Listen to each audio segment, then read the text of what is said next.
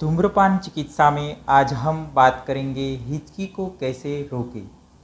जब पहली बार हिचकी आती है तो अक्सर लोगों के चेहरे पर एक मुस्कान आ जाती है, लेकिन जब ये लगातार आने लगती है तो परेशानी बन जाती है।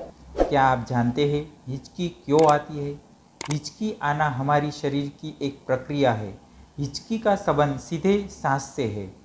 हमारे डाइजेशन सिस्टम में गड़बड़ी और ज़्यादा हलचल होती है तो हिचकी आना शुरू हो जाती है।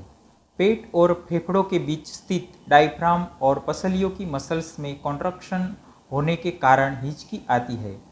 आमतौर पर जब आप सांस लेते हैं तो डायफ्राम इसे नीचे की ओर खींचता है और सांस छोड़ने पर यह आराम की स्थिति में वापस आ जाता है।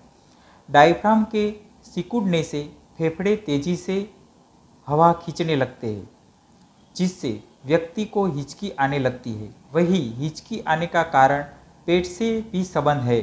अगर खाना अधिक खा लेते हैं तो पेट बहुत ज़्यादा फूल जाता है, तो इससे भी हिचकी आती है।